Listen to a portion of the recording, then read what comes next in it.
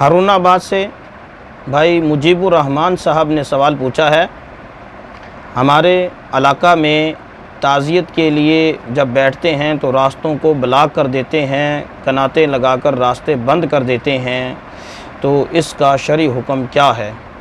انتہائی کبھی حرکت ہے، بری بات ہے بہت۔ فتاوی عالمگیریہ میں لکھا ہوا ہے کہ ہندوستان کی کبھی ترین حرکتوں میں سے ایک یہ ہے کہ راستوں میں بیٹھ کر تعزیت کرنا، راستوں کو بند کر دینا، یہ طریقہ ناجائز تھا، غلط ہے، اس کو چھوڑا جائے۔ تعزیت کے لیے راستوں کو بند کرنا جائز نہیں، شارع عام کو بند نہ کیا جائے، راستوں کو بند نہ کیا جائے، گلیوں میں نہ بیٹھا جائے۔ اگر بیٹھنے کی کوئی جگہ میسر ہو تو بیٹھنے میں مذائقہ نہیں، 3 دن تک بیٹھا جا سکتا ہے، لیکن